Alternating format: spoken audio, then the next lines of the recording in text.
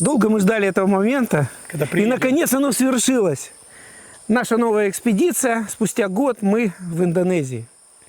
В тропиках. В тропиках. Мы прибыли вчера на остров Ява, в Джакарту. Отдохнули немножечко. Да, немножко отдохнули.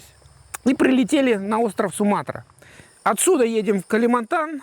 С Калимантана в Комодо остров, где познакомимся с ящерами страшными. Страшные крылья. Да, и попробуем их снять. И оттуда возвращение уже на остров Бали, где будет небольшой релакс и возвращение домой. Концовочка. Да. Так что ждем новых ощущений и вперед в поисках приключений. Дальше. Итак, мы начинаем нашу экспедицию из наиболее удаленной части национального парка Хунун-Клаузер, расположенного в северной конечности острова Суматра. Именно здесь сохранились островки первозданной дикой природы, когда-то заполнявшие весь остров. А в джунглях, если повезет, еще можно встретить диких животных.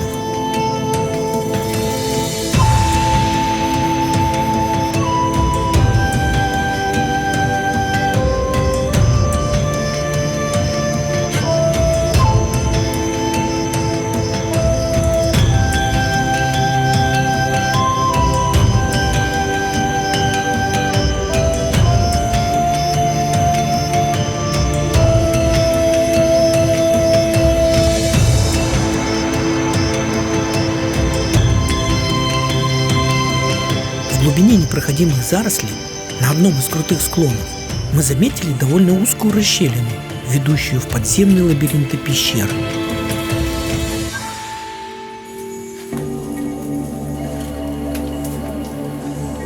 Когда оказываешься внутри пещеры, в которой нет следов человеческой деятельности, всегда ощущается особая атмосфера таинственности, манящая туристов в загадочный подземный мир дикой природы.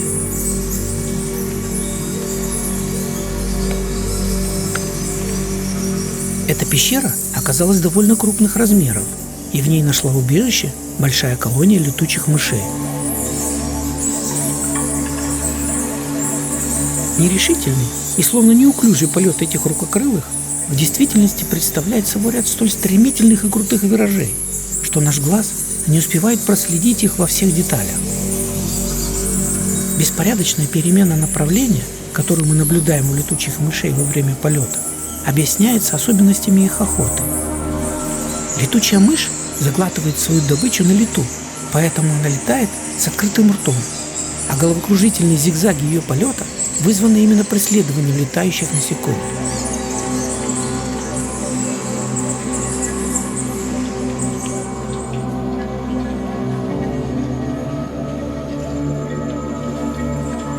Вдоволь ощутив атмосферу таинственности подземной жизни, мы направляемся к выходу, а проникающий сквозь расщелины свет указывает нам путь. Сегодня нас еще ждет ночное сафари, а пока на внедорожниках мы направляемся к реке, где у одного из живописных водопадов немного отдохнем после первого похода в джунгли.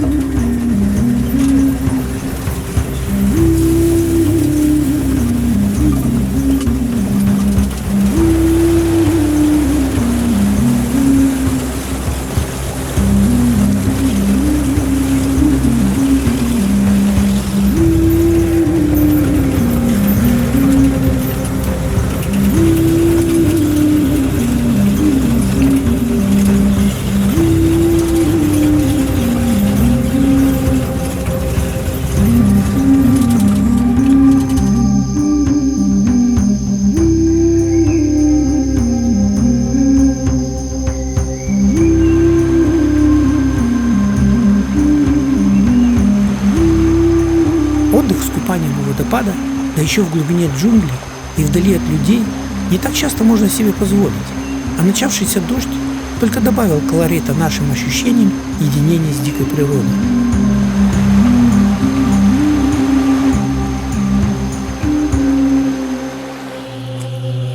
С наступлением темноты мы отправляемся на наше первое ночное сафари с надеждой на встречу с дикими животными острова Суматра. Здесь, в национальном парке Хунун-Клаузер, под тенистыми кронами пальм скрывается довольно разнообразный животный мир.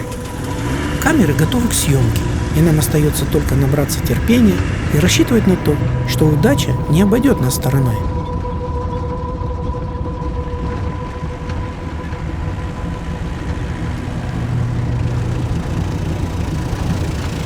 Неожиданно наш проводник заметил какое-то движение в кустах, а предательский отблеск глаз подтвердил, что там кто-то есть.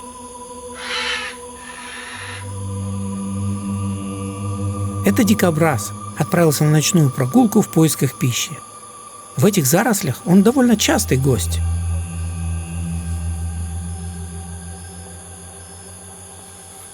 Невдалеке мы заметили отблеск кошачьих глаз. И если это леопардовая кошка, то нам очень повезло.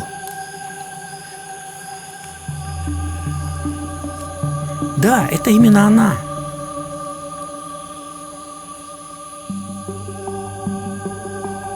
В дикой природе эта кошка крайне нелюдима и очень пуглива. Она предпочитает прятаться от опасности в надежном укрытии и наблюдать оттуда за происходящими событиями. По натуре леопардовая кошка является одиночкой и общается с представителями своего вида только в сезон размножения и выращивания котят. Увидеть эту кошку в ее естественной среде обитания очень сложно, поскольку она не только осторожна, но и умеет отлично маскироваться, чему способствует специфический окрас. А человека эти кошки стараются всячески избегать и держаться подальше от его поселения. А мы отправляемся дальше, вглубь пальмовых зарослей, в надежде на новые встречи с обитающими здесь животными. Вот среди раскидистых ветвей пальм нашел укромное место один из местных видов зимородка.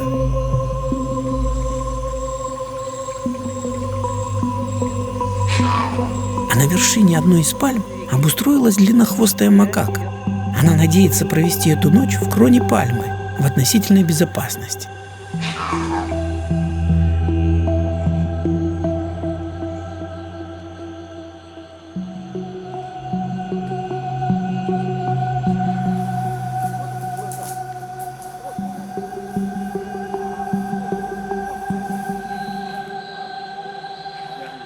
А это еще один обитатель пальмовых зарослей из семейства виверовых – мусанг или пальмовая цвета. Внешний вид мусанга чем-то напоминает и кошку, и енота одновременно. Эти зверьки предпочитают вести ночной образ жизни, а в дневное время они отдыхают. В кронах деревьев мусанги проводят большую часть своей жизни, хотя и на земле они ведут себя так же проворно.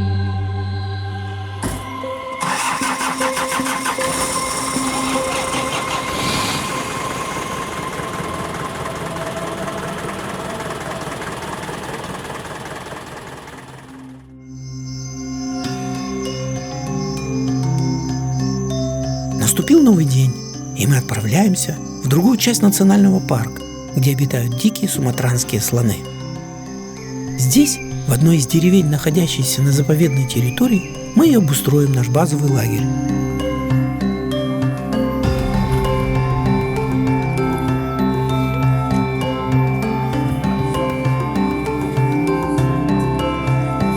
Пока наши гиды подготавливают место для ночлега, мы отправляемся в пеший поход на поиски суматранских слонов.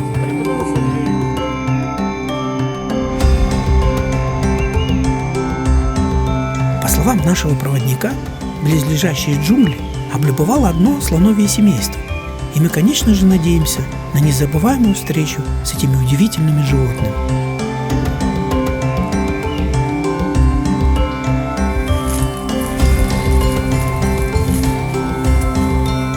Выбрав удобное место для наблюдения, мы запускаем дрон и надеемся, что он поможет нам снять несколько сюжетов из жизни суматранских слонов, которые невозможно увидеть в дикой природе невооруженным взглядом. И вот, наконец, в пальмовых зарослях мы увидели нашего первого дикого суматранского слона.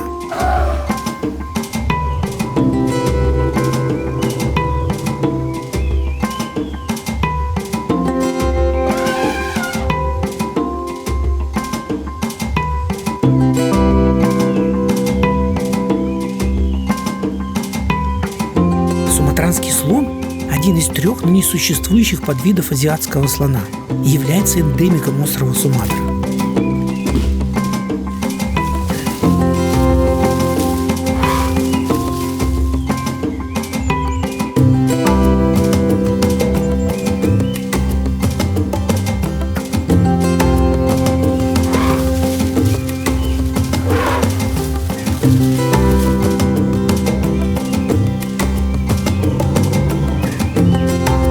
Подвид несколько мельче своих собратьев с материка. Высота в холке взрослых особей колеблется от 2 до 3 метров, а масса от 2 до 4 тонн. При этом самцы гораздо крупнее самок.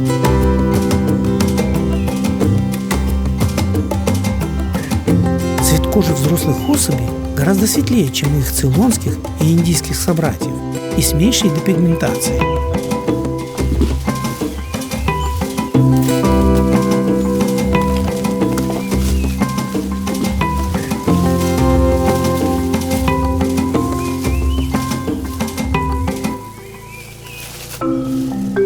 Суматранские слоны очень социальные животные. Живут они группами, которые могут входить от 6 до 20 особей. Общение между слонами очень сложное, включая вокализацию, тактильные и химические сигналы. Вокализации, такие как звуки труб и храп, можно услышать за много километров.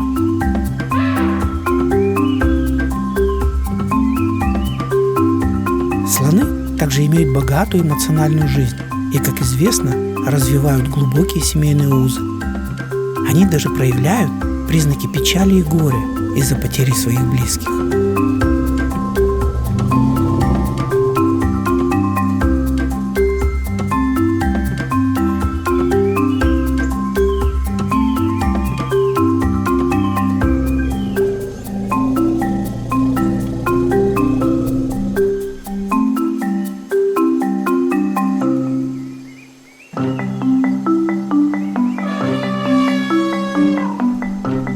Обитают суматранские слоны в тропических лесах на равнинах или в низменных районах, расположенных на высоте менее 300 метров над уровнем моря.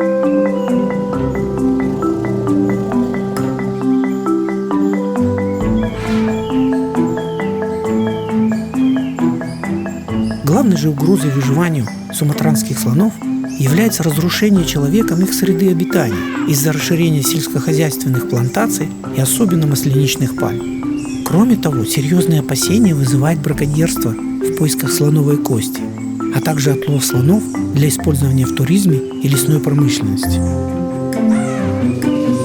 Как жаль, что такая бездумная человеческая деятельность может привести к трагическим последствиям, и наступит время, когда этих грациозных животных вообще нельзя будет встретить в дикой природе. И это не фантазия. Так за последние 75 лет численность слонов Суматры сократилась на 80%. И Международный союз охраны природы квалифицирует их как находящихся на грани исчезновения.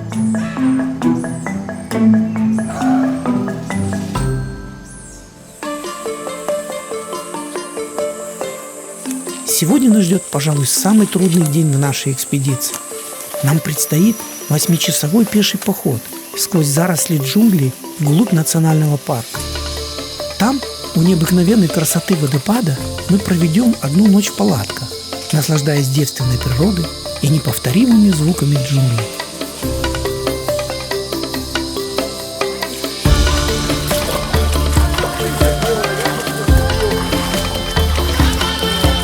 Неожиданно, пробираясь вдоль ручья вглубь лесной чащи, мы заметили настороженного гиббона. а невдалеке притаившегося самца леопарда.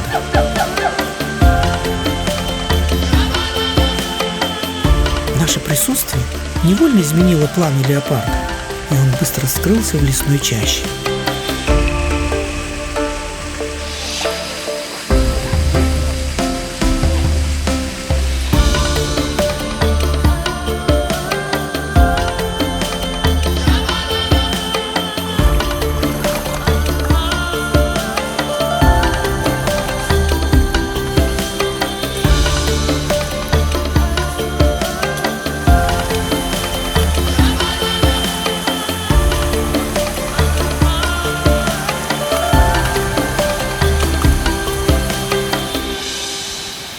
И вот, наконец, после долгого перехода, перед нами открылась великолепная панорама водопада, образовавшего утопающие в зелени джунгли небольшое живописное ущелье с естественными глубокими ванночками у его подножья.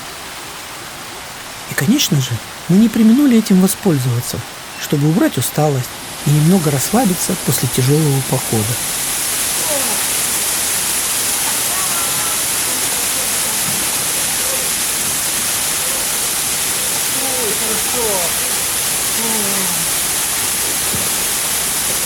Джунгли Индонезии. Купаемся с утра. Мы решили купнуться у этого замечательного водопада. Обалденной красоты. Случайно перешли и нашли. Много еще было. Да, водопад произвел на нас неизгладимое впечатление. А благодаря тому, что в этих местах вообще не бывает туристов, он еще надолго сохранит свою девственную красоту. Вечерние крики лемуров напоминают нам о том, что пора подыскивать место для обустройства лагеря. Ведь в джунглях темнеет очень быстро, а устанавливать палатки в темноте не очень хочется.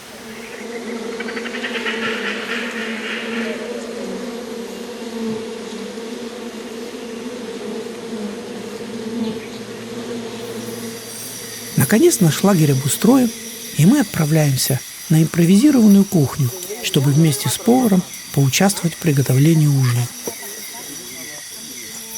Смотри, как, Витя, забили колышки. Вау, они ножками.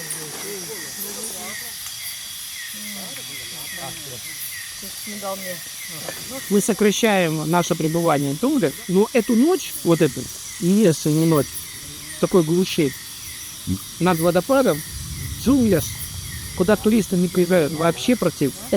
Мы запомним на всю жизнь, поверьте мне. Пью за то, что мы все вместе здесь и получаем это удовольствие. Незаметно сегодняшний день подошел к концу. Завтра нам предстоит длительный переезд в центральную часть острова Суматра к городу Бастан. А уже ночью нас ждет подъем на вулкан Сибаяк, и мы надеемся на его вершине встретить рассвет.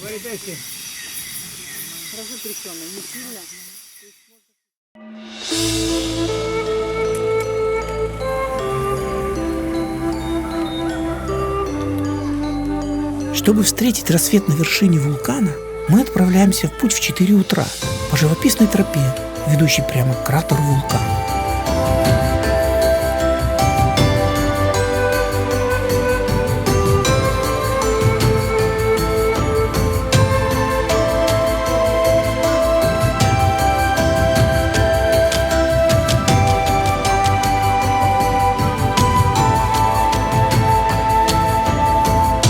Сибаяк является потухшим стратовулканом, а последнее извержение здесь отмечалось аж в 1881 году.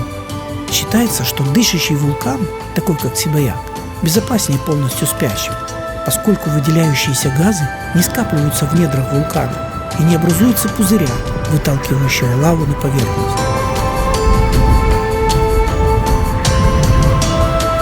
Именно здесь, на гребне кратера, возвышающегося над стелящимися облаками, мы и встретим восход солнца.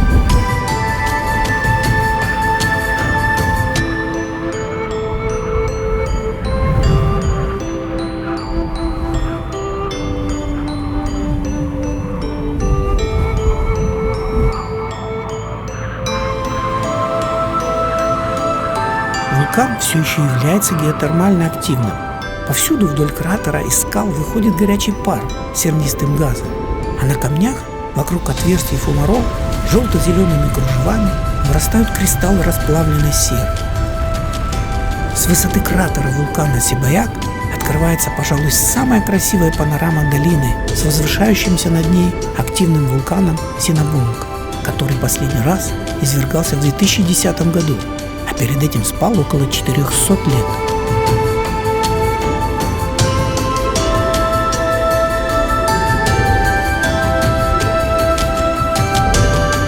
Извержение было достаточно мощным. Выбросы пепла тогда поднимались на высоту до 1,5 километров, а жители окрестных деревень были эвакуированы.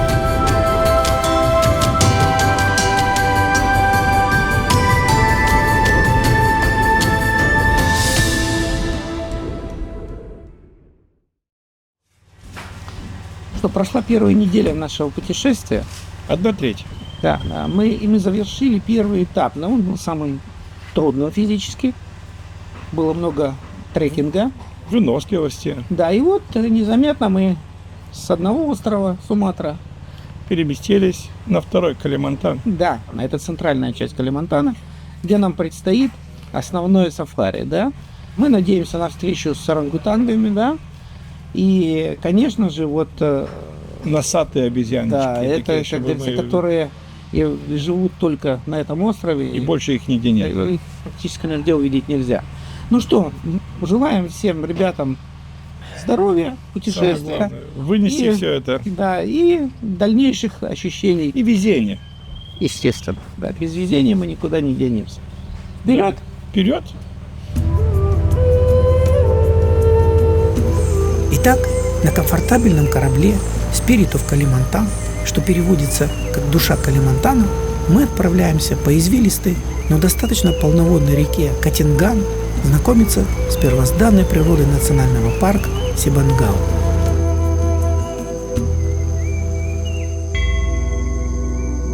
Калимантан – третий по величине остров на нашей планете. Это богатейшая сокровищница, наполненная разнообразием диких животных и растений, соседствующих друг с другом в еще сохранившихся тропических торфяных болотных лесах.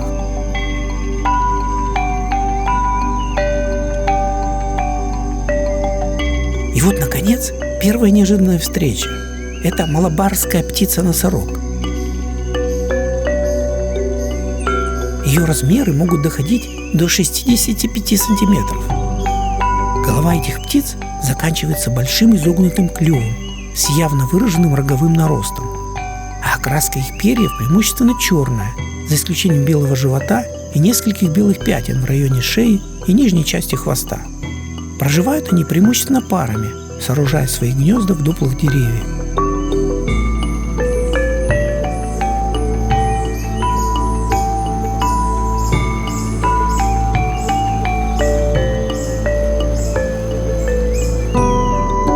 А вот и наша первая встреча с обезьянами-носачами. Они эндемики и проживают только на Калимантане. Эти обезьяны очень игривы и любят уделять время прогулкам.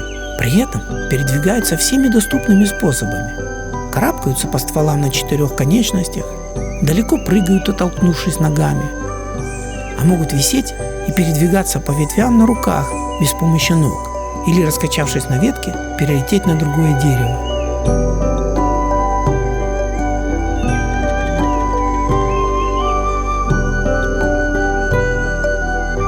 Здесь, на острове, они расселяются в лесах, по долинам равнинных рек, на торфяных болотах и в мангровых зарослях речных устьев. От берегов рек и озер вглубь острова эти обезьяны удаляются не более чем на 2 километра.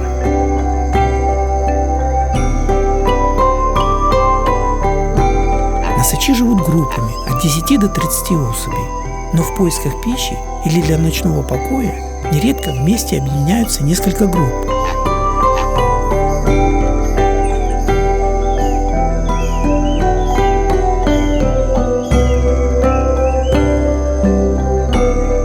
Наше первое знакомство с национальным парком Сибангау оказалось очень удачным. Мы встретили 2 символов Калимантана.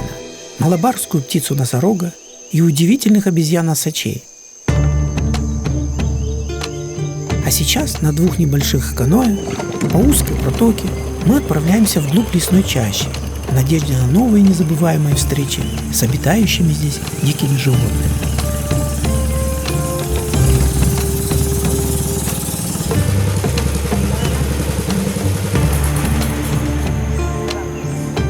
А вот и первая встреча. Это борнейская килевая ямная гадюка. Эти гадюки терпеливо ждут в засаде, пока добыча не окажется рядом, и лишь тогда нападают.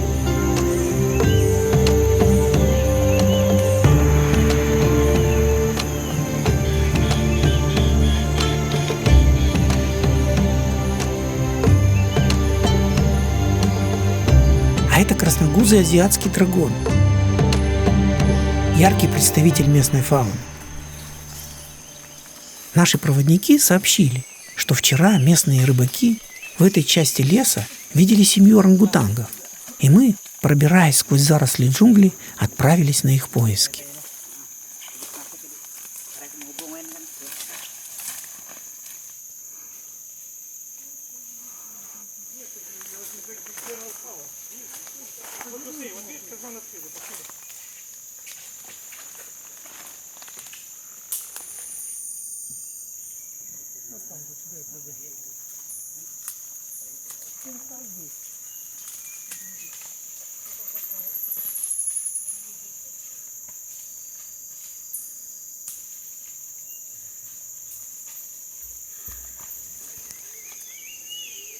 И вот, наконец, в глубине лесной чащи, в густой кроне раскидистого дерева показался силуэт орангутанга.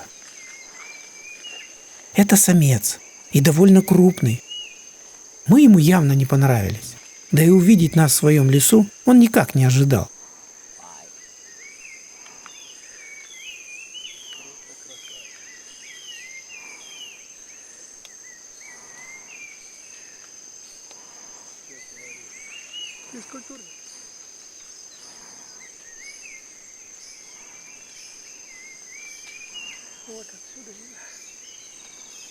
А вот и самка с детенышем, о которых рассказывали местные рыбаки.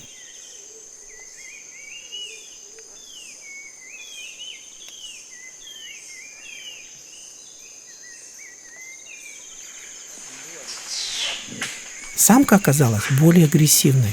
Громко крича, она ломала и бросала в нас ветки, чтобы отвлечь наше внимание от ее детеныша.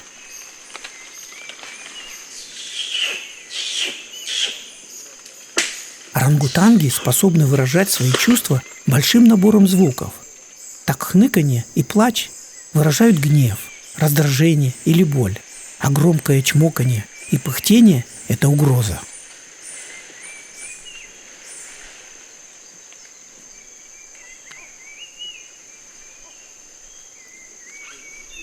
Самец при этом выглядел довольно спокойным, но своим внимательным взглядом показывал нам, что полностью контролирует ситуацию. Постепенно, не видя в нас угрозы, орангутанги успокоились, и нам удалось снять несколько сюжетов из их жизни.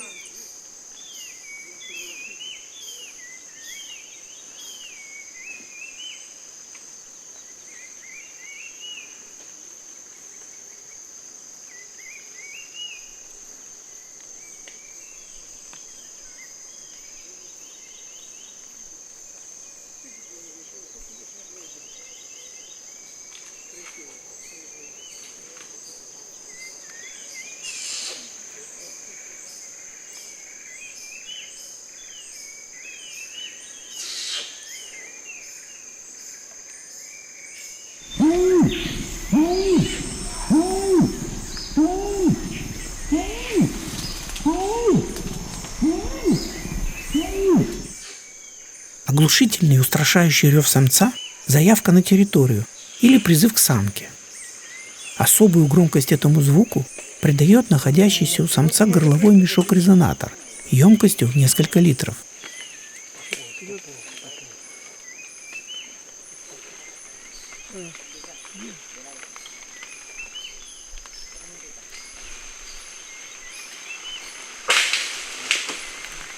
Устав от нашего присутствия, орангутанги отправились дальше в джунгли, подыскивать место для своего ночлега. Да и нам пора обратно к нашим каноэ.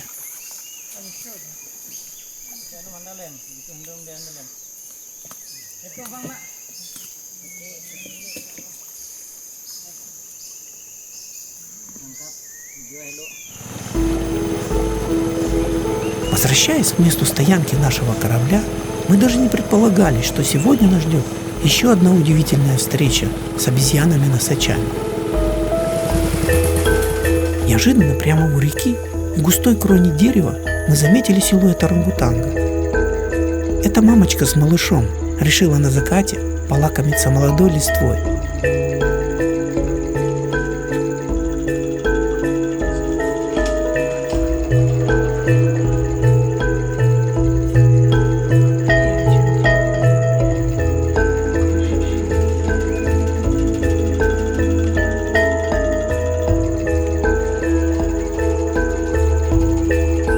Пробираемся дальше в джунгли, где в густых зарослях, окруженных водной гладью, наши проводники заметили еще одну группу обезьян-носачей.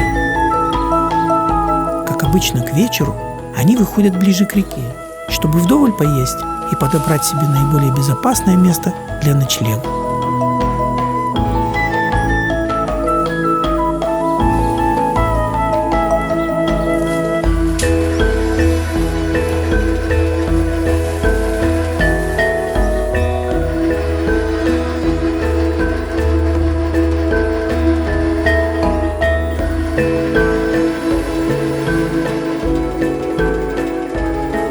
Мы знали, что носачи – отличные пловцы, но только сейчас нам удалось запечатлеть, как мамочка с детенышем преодолевают речную протоку.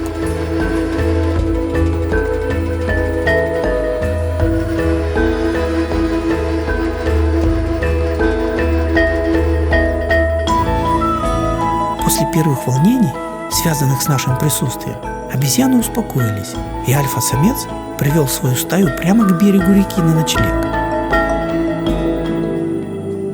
Обезьяны, не обращая на нас никакого внимания, стали прогуливаться в непосредственной близости и лакомиться молодыми побегами, тем самым дав нам возможность снять эти удивительные кадры.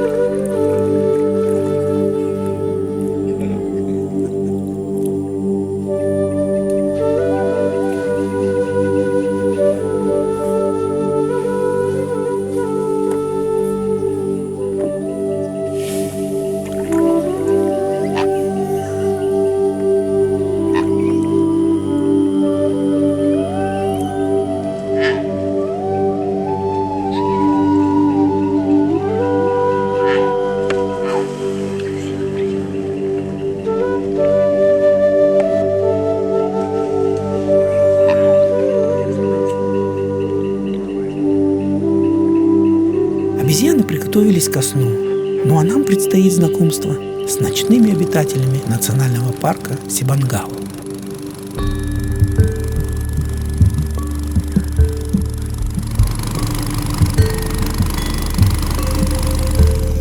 В ночное время в джунглях острова Калимантан довольно опасно.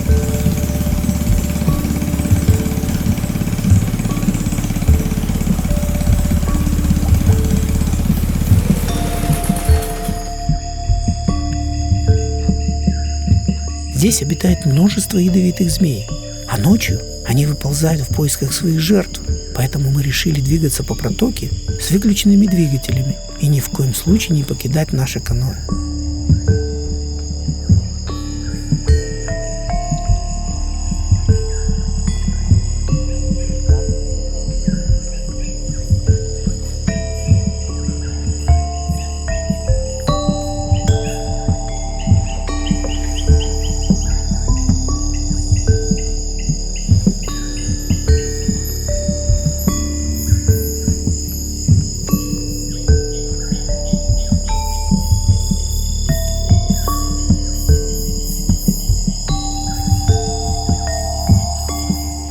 коряк, торчащих из протоки, замаскировалась водяная жаба. А рядом на ветке обустроился на ночлег синеухий зимородок. Его яркое сине-оранжевое оперение поражает своей красотой.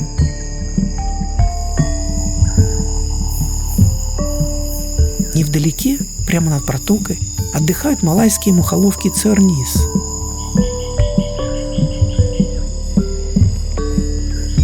Но даже здесь, в глубине национального парка, не обходится без браконьеров. На этот раз в ловушку попался полосатый варан. Они широко распространены в этом регионе, однако встретить их в дикой природе крайне сложно. К сожалению, нам не удалось помочь бедолаге выбраться из заточения. Ловушка была обшита стальной проволокой, и вскрыть ее без инструментов не было никакой возможности.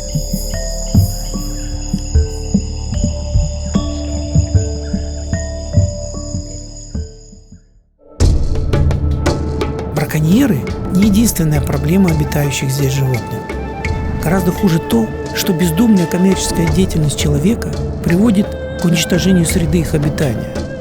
Крупные заготовительные компании постоянно вырубают наиболее ценные породы деревьев, а без них один из последних торфяных болотных лесов, сохранившихся на Калимантане, постепенно превращается в заросли кустарника, окруженные голыми безжизненными пространствами земли.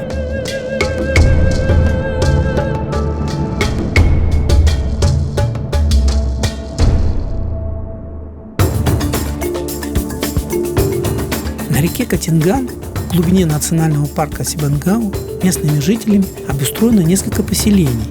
И сегодня мы отправляемся в деревню Тампелос, где проживает племя Даяк Катинган.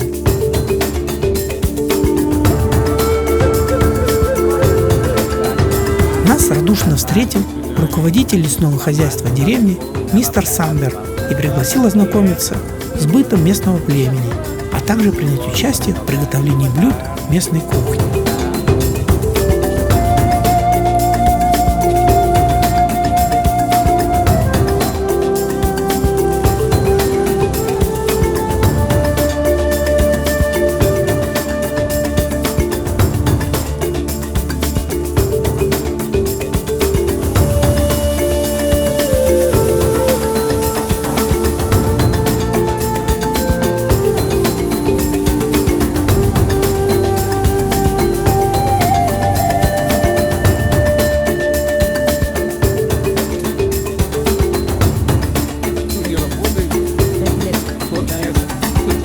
Радушный прием местных жителей оставил неизгладимое впечатление, и нам хотелось задержаться здесь еще на денек. Но время не ждет, и пора отправляться дальше знакомиться с просторами национального парка Сибангау в надежде на новые встречи с обитающими здесь животными.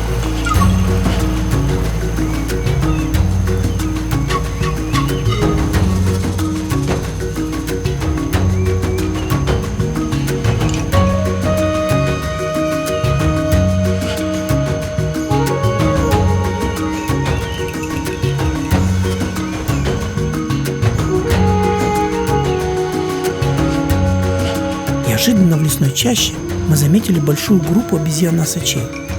Добраться до них было сложно. Да и увидев нас, они бы, конечно же, разбежались, не оставив ни малейших шансов на съемку. Но благодаря дрону Mavic 4 Pro нам удалось снять эти удивительные кадры.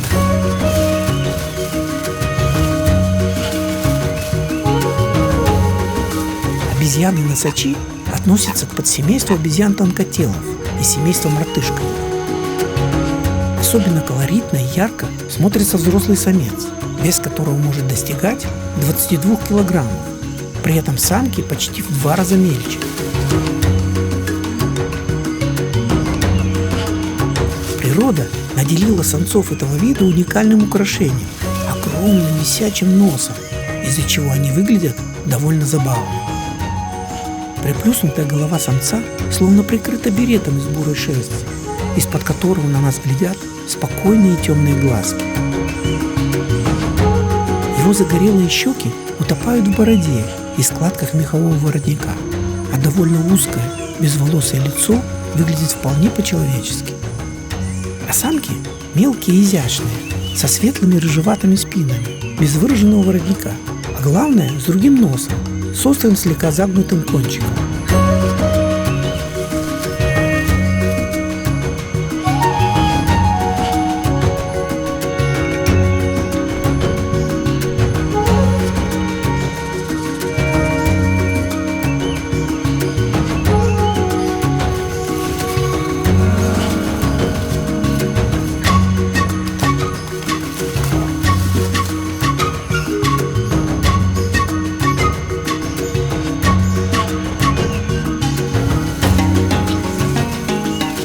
Принимать пищу обезьянка может как сидя на корточках и притягивая к себе ветки, так и повиснув на руках, обычно на одной, поскольку другой берет еду.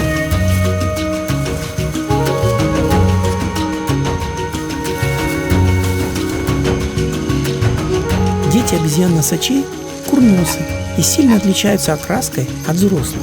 У них темно-бурая голова и плечи, а туловище и ноги серые. До 1,5 лет кожа детских мордочек остается сине-черного цвета.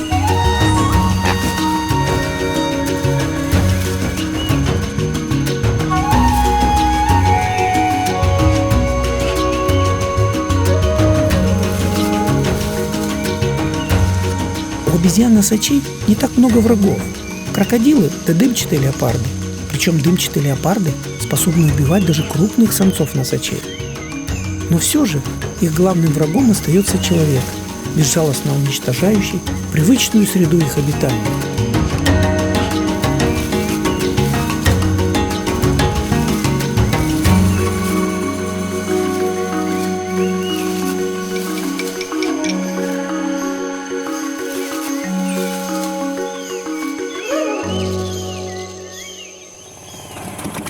В завершении дня на каноэ мы вновь отправляемся в одну из живописных проток на поиски орангутангов. Все дальше, углубляясь в заросли девственного леса, мы вглядываемся в непроходимые заросли в надежде встретить уже знакомый силуэт орангутанга. И вот, наконец, наш проводник, заметив какое-то движение, дает команду выключить двигатель. Неожиданно за изгибом протоки мы увидели 2 орангутангов, отдыхающих в полной идиллии.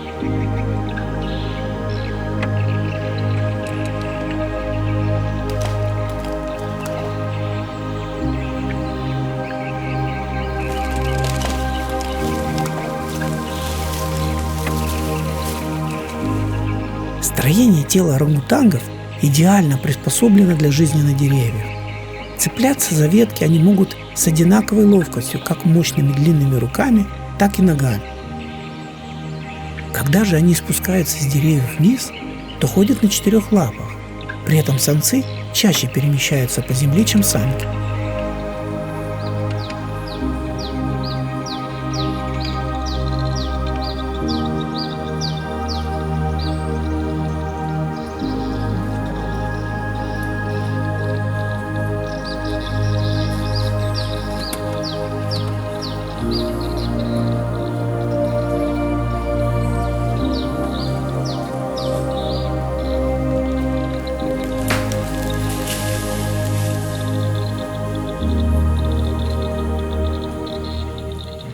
Ну вот незаметно подошел к завершению наш 2-й этап.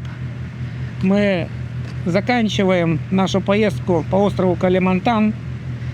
И что в первую очередь бросается в глаза, Суматра и Калимантан 2 разных острова. совершенно разные, не похожи, и природа разная, и джунгли разные.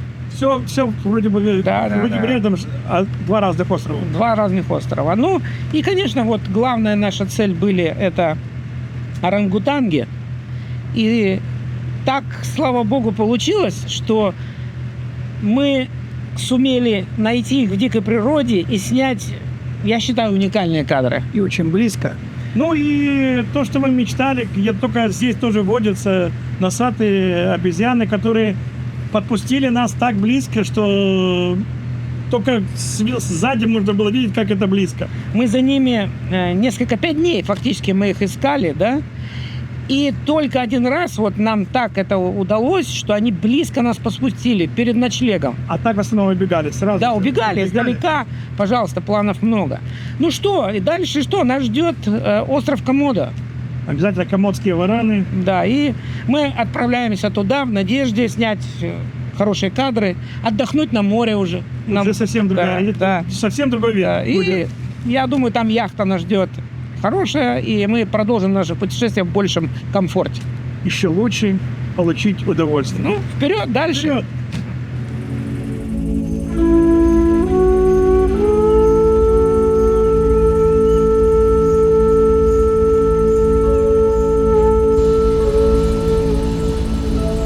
Но в завершении нашего пребывания на острове Калимантан нас ждет еще одна незабываемая встреча с орангутангами.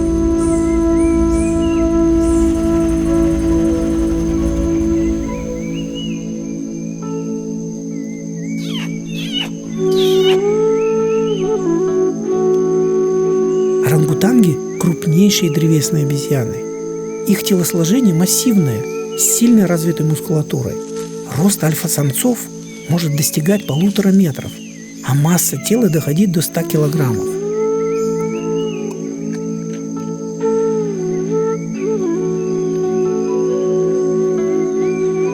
Орангутанги – очень умные животные. Некоторые их популяции регулярно используют различные примитивные орудия для добывания пищи.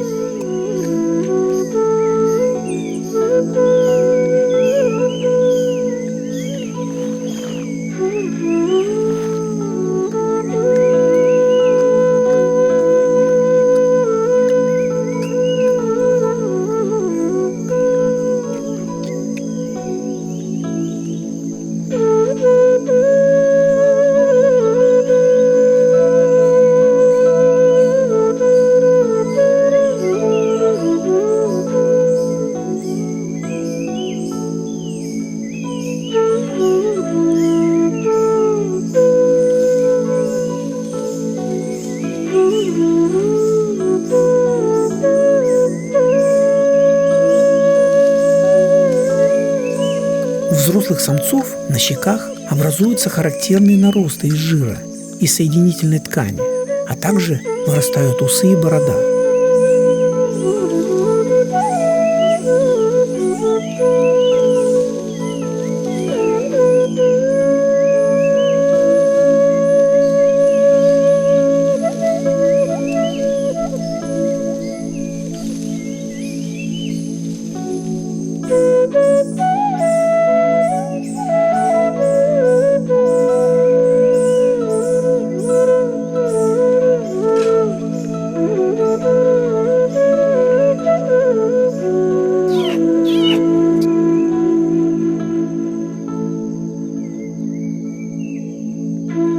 На одном из песчаных пляжей молодой самец замаскировался раскидистой веткой, чтобы незаметно проскочить мимо наших взглядов.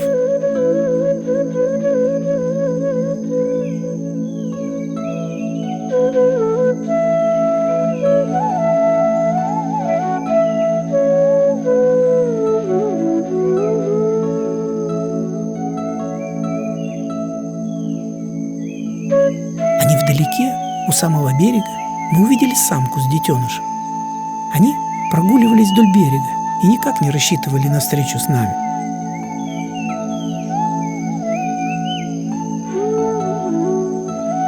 Самки орангутангов очень нежно относятся к своим детенышам, и эта мамочка не была исключением.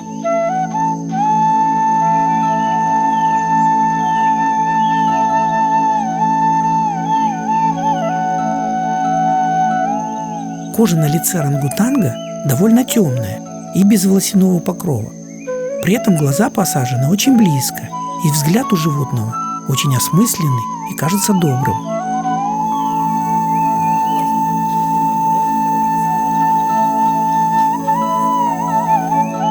После рождения мать занимается воспитанием детеныша в течение нескольких лет, а первые 3-4 года она кормит его молоком. Жить с матерью молодые орангутанги продолжают и после этого, иногда до 7-8 лет.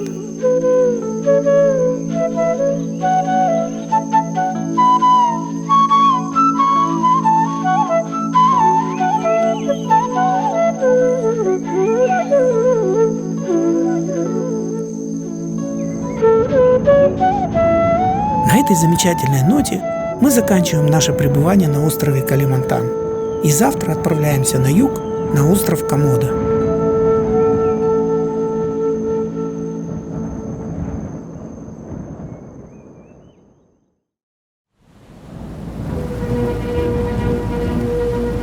Ну-ка, песню нам пропой, веселый ветер, веселый ветер, веселый ветер.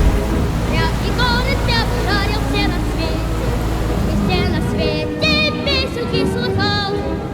Спой нам, ветер, про дикие горы, про глубокие тайны морей, про птичьи разговоры, про синие просторы, про смелых и больших людей.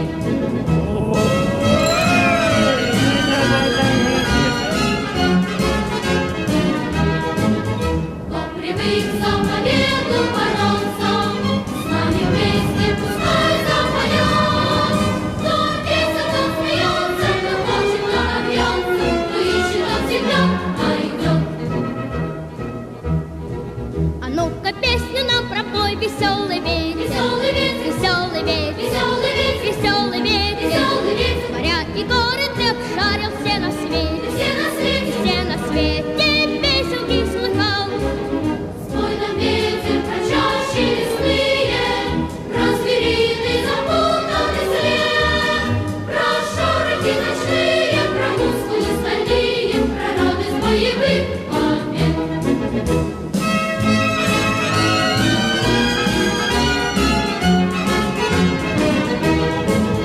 Кто привык за победу бороться, с нами вместе пускай запоет.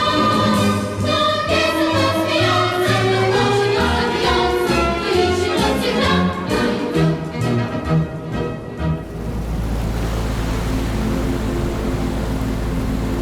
Итак, мы на борту комфортабельной лодки «Королевы Принесей», на которой и проведем ближайшие 5 дней. Вдоволь отдохнув у 2 небольших живописных островков, мы отправляемся дальше, к острову Комодо, чтобы посетить одноименный национальный парк, где надеемся на встречу с местными драконами, комодскими варанами. К сожалению, сегодня угроза вымирания одного из самых уникальных хищников Индонезии очень велика, поэтому вся популяция комодского варана, насчитывающая около 6000 особей, находится под охраной и наблюдением.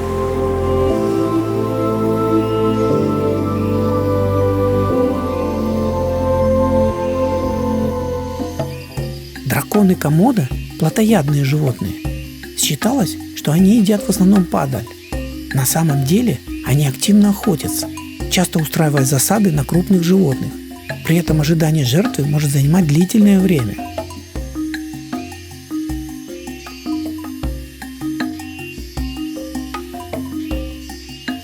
Острое обоняние позволяет комодскому варану найти пищу на расстоянии нескольких километров, а его желтый раздвоенный язык может достигать 70 сантиметров и способен улавливать мельчайшие частицы запахов.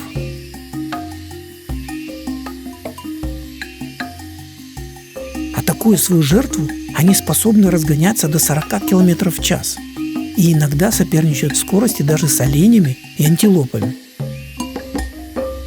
Крепкое массивное тело комодского варана покрывает грубая чешуйчатая кожа, а его огромный хвост служит оружием и опорой во время охоты и выяснения отношений с соперниками.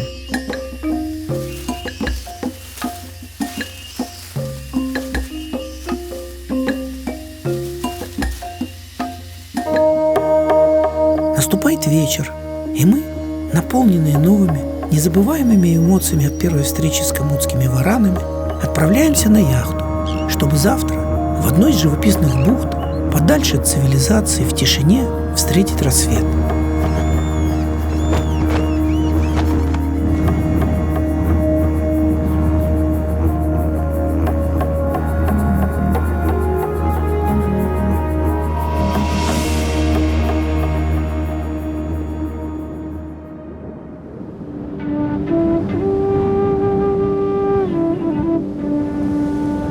На рассвете сказочные пейзажи острова на фоне синевы морских просторов просто завораживают.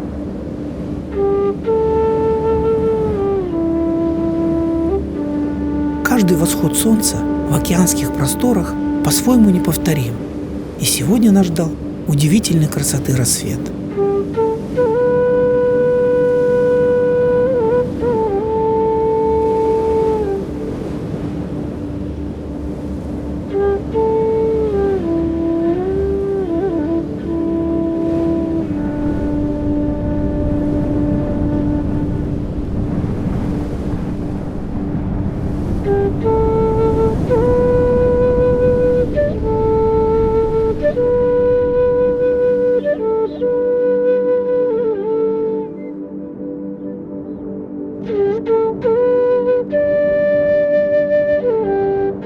Мы уже собирались отправляться в путь, и тут неожиданно на берегу, у самого пляжа, заметили силуэт довольно крупного кабана.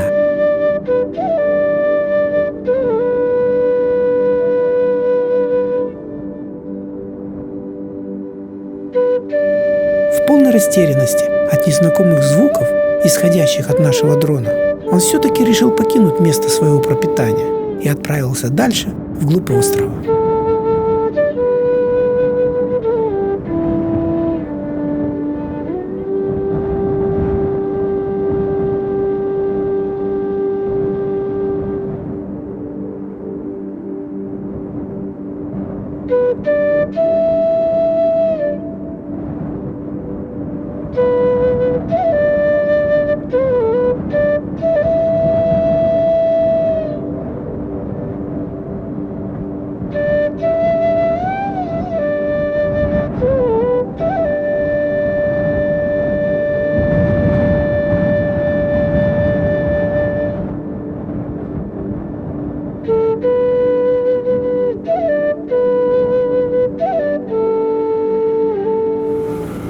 Сегодня мы вновь отправляемся на остров Комодо, где нас ждет новая незабываемая встреча с комодскими варанами.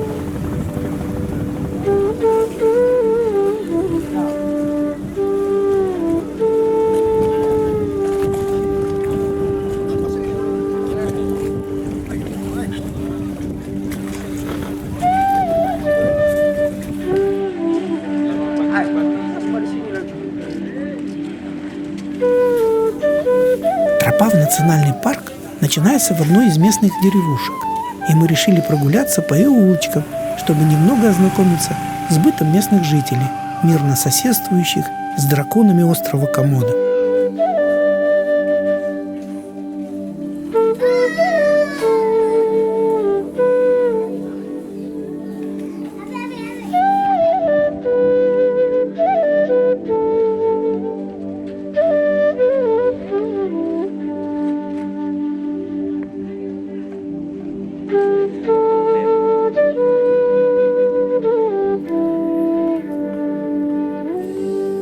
По тропе, ведущей вглубь национального парка, мы отправляемся на поиски комодских варанов.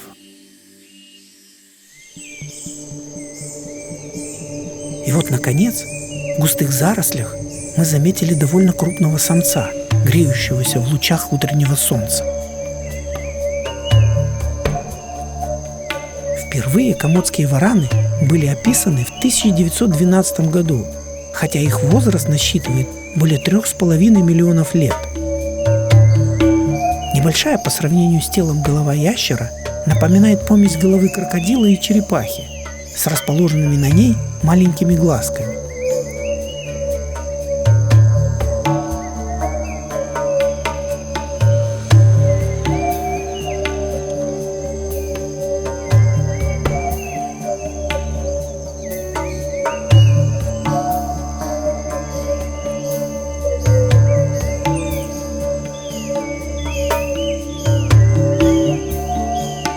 Его длинная мощная шея переходит в туловище и заканчивается сильным хвостом.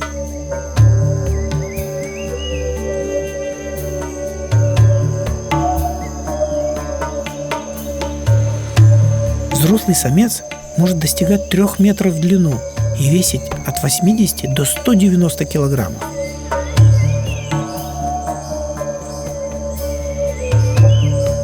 Неожиданно из лесной чащи выбрался еще один, более крупный варан. Сейчас они довольно терпимо относятся друг к другу, так как брачный период уже завершен, и самки заняты отложением яиц.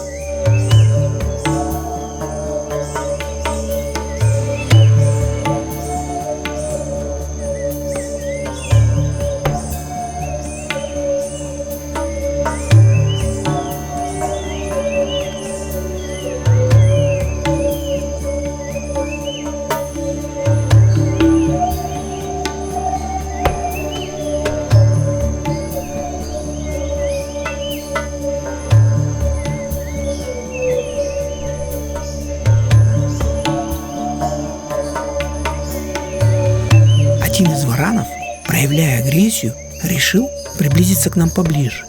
Но наши проводники вовремя это заметили и попросили нас держаться от него на расстоянии.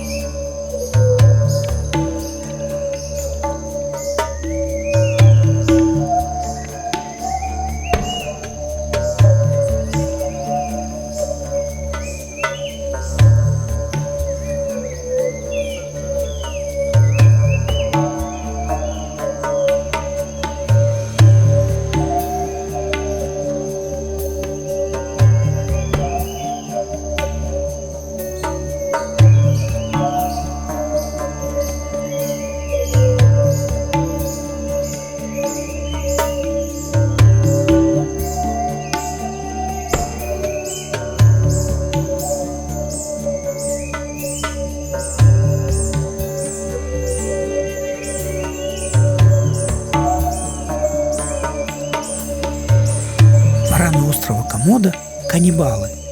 Как показали наблюдения за жизнью рептилий, около 10% рациона комодского варана составляют их более слабые сородичи.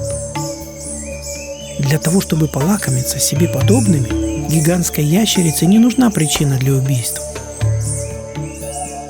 Схватки между варанами не редкость. Они могут начаться из-за территориальных притязаний, из-за самки и просто потому, что варан не добыл себе другой пищи. И вот сейчас мы чуть не стали свидетелями их очередной драки.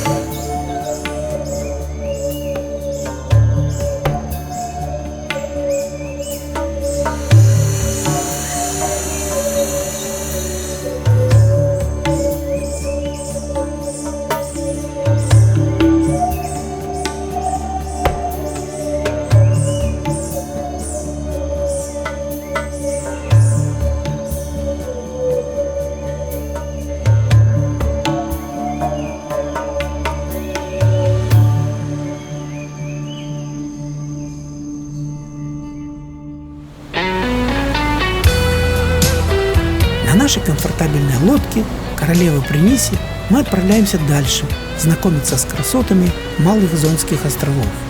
И на этот раз наш путь лежит к острову Падар. А пока после эмоциональной встречи с комодскими варанами немного релакса.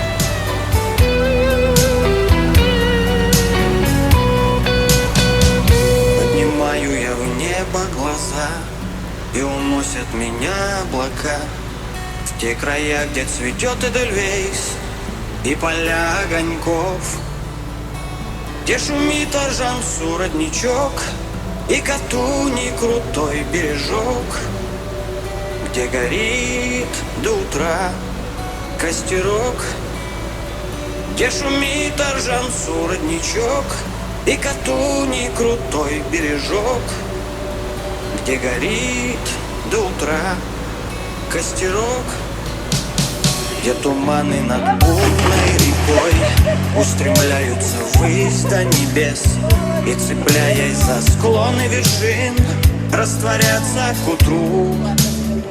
Терпкий запах кедровой тайги Легкий бриз от бурлящей реки, и всю ночь пропоют соловьи. Итак, на моторной лодке мы отправляемся знакомиться с жемчужиной национального парка Комодо островом Падар.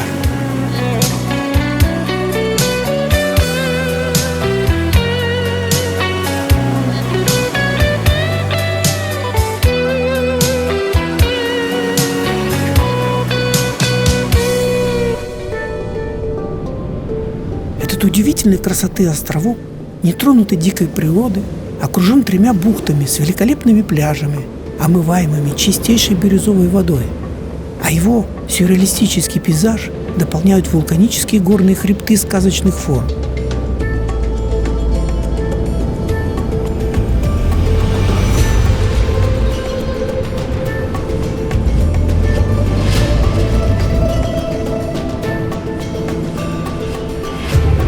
Любопытно, что на каждом из пляжей песок разного цвета. На одном он жемчужно-белый, на другом угольно-черный, а на третьем редкого розового цвета. Это нечастое сочетание делает остров особо притягательным для туристов. Сюда также приезжают для трекинга на островные хребты, с которых, как на ладони, открывается потрясающий вид на океан.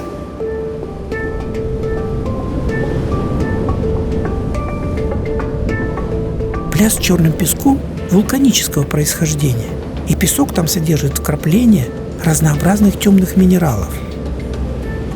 На солнце песок переливается, как россыпь черных кристаллов. Поскольку пляж с черным песком образовался в результате однократного извержения лавы, то он, как правило, недолговечен. Так песок не восстанавливается, если течение или штормы уносят его в более глубокие воды.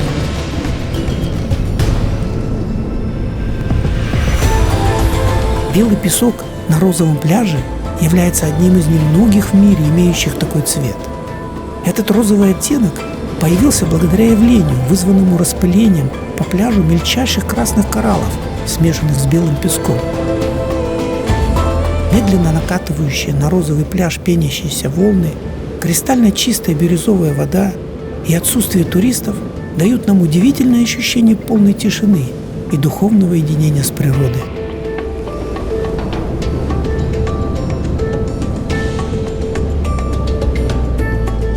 Третья бухта с белым песчаным пляжем, лазурной водой и коралловым рифом встречает всех туристов, прибывающих на остров. Окружающий пляж вулканические горы добавляют контраста белоснежному песчаному побережью и воде удивительно бирюзового цвета.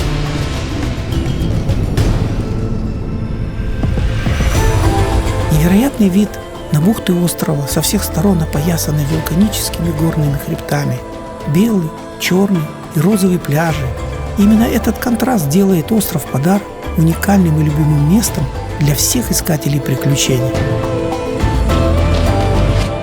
Сегодня завершающий день нашего пребывания в лодке «Королева Принеси». И ее капитан вместе со своей командой решили порадовать нас праздничным ужином, чего стоят только эти огромные лобстеры.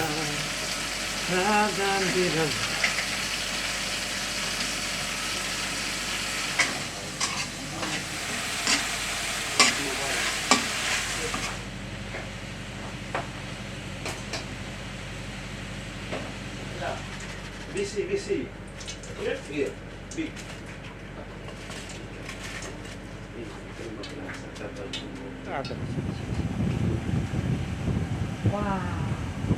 В далекой Индонезии, в кругу друзей, на комфортабельной яхте за бокалом новозеландского савиньона, дополняющего этот прекрасный ужин, мы делимся пережитыми эмоциями и, конечно же, надеемся, что завершающий этап экспедиции еще откроет нам новые грани этой прекрасной страны.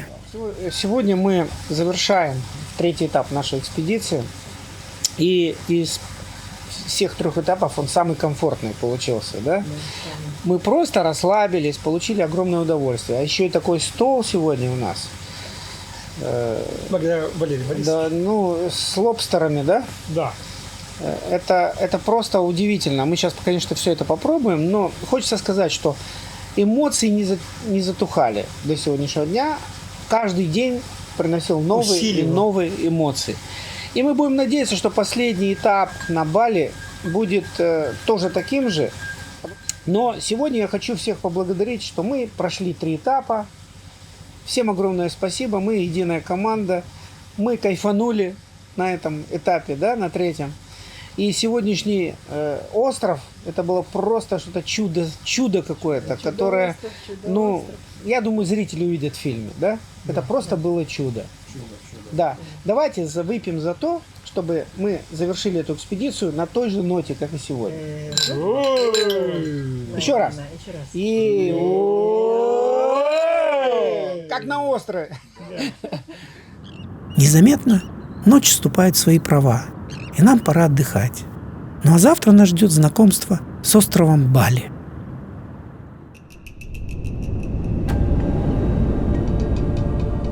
Бали – остров высоких гор и величественных вулканов, тропических джунглей и древних храмов, океанских волн и великолепных коралловых рифов. Ежегодно миллионы туристов со всего света совершают сюда набеги, заполняя собой все известные достопримечательности. Поэтому рассчитывать на уединенный отдых здесь не приходится, и мы отправляемся к одному из самых известных индуистских храмов на Бали – Пура-Лухур-Вату.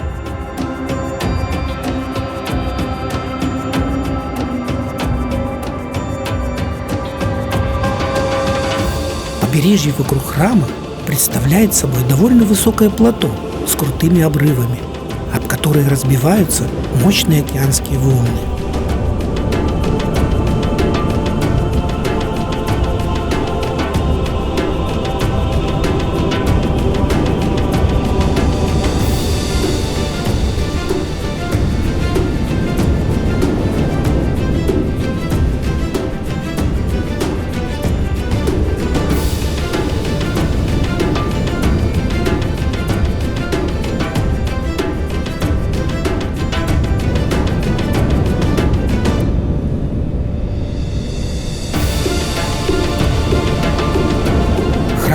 Пура-Лухур-Вату возвышается на краю выступающей в море 70-метровой отвесной скалы. В местной мифологии эта скала считается частью окаменевшего судна морской богини Деви-Дану.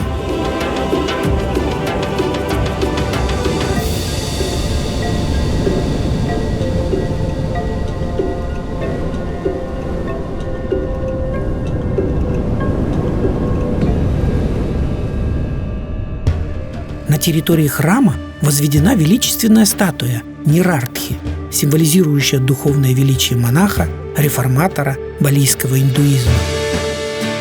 В парке, окружающем храм, обитает крупная популяция обезьян. Религиозные балийцы верят, что они защищают храм от злых духов. Обезьяны привыкли к щедротам туристов и часто ведут себя очень агрессивно. Так что, зазевавшись, можно легко остаться без очков, сумочки или шляпки.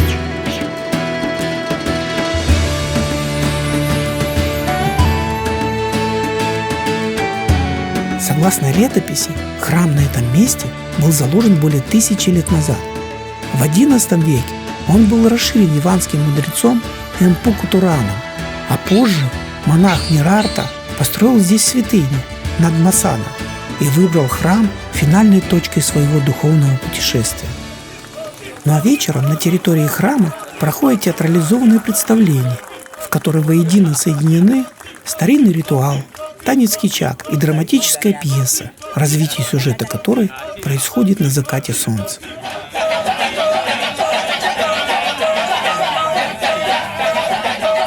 Красавица Сита увидела в лесу танцующего золотого оленя и просит своего мужа Раму и его брата Лаксмана поймать его.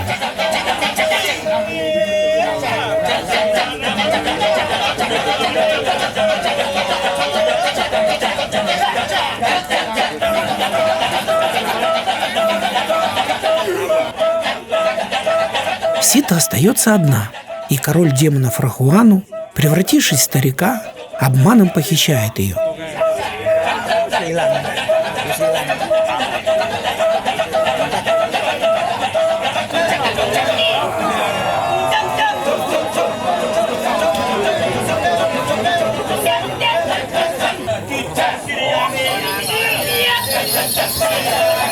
Смертельный враг Рахуану, Гауда, на которой летал бог Шива, пытается спасти Ситу, но проигрывает драку и улетает.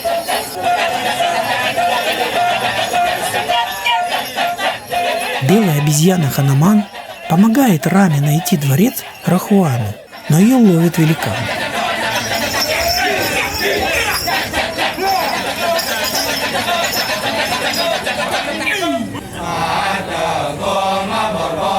Они пытаются сжечь обезьяну Хануман, но ей в последний момент удается бежать.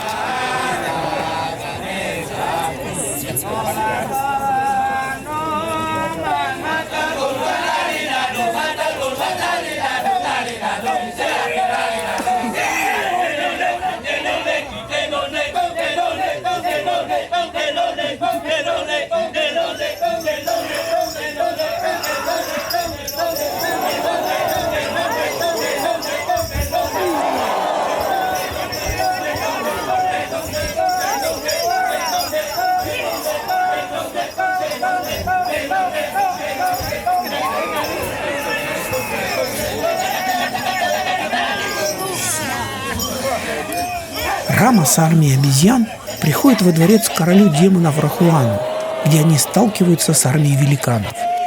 И, конечно же, добро побеждает зло, и Рама воссоединяется со своей возлюбленной Ситой.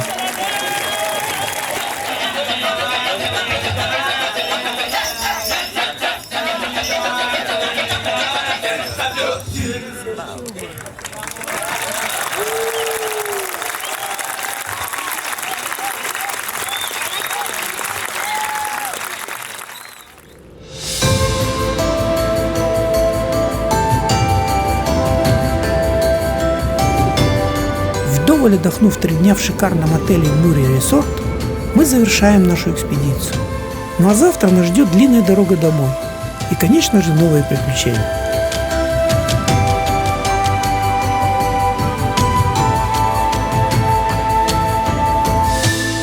Ну что, Индонезия нас удивила.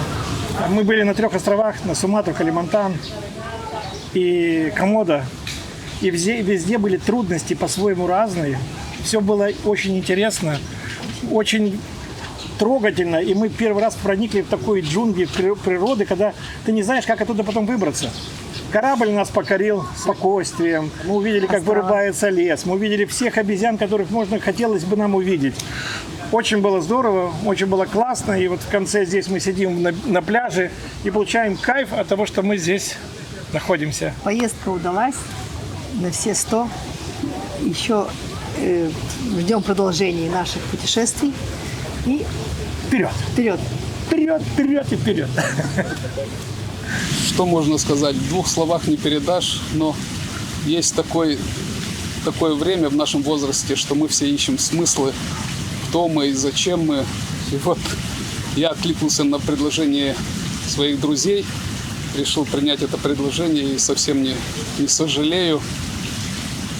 Решил кинуть такое в мир. Мир удивляй, и мир не перестает удивлять. Он прекрасен, как всегда. Мы уйдем, а он останется. Он все сохраняет свою гармонию. Поэтому вот этот отрезок, который нам дан, хочу сказать, что жизнь все-таки классная штука. Я, кстати, без телефона пошел, без гаджетов, no politic, no information. И вот это мне помогло соединиться с природой, с хорошими ребятами. Спасибо большое. Мы прошли через такие непростые испытания, но удалось устоять и получить при этом удовольствие.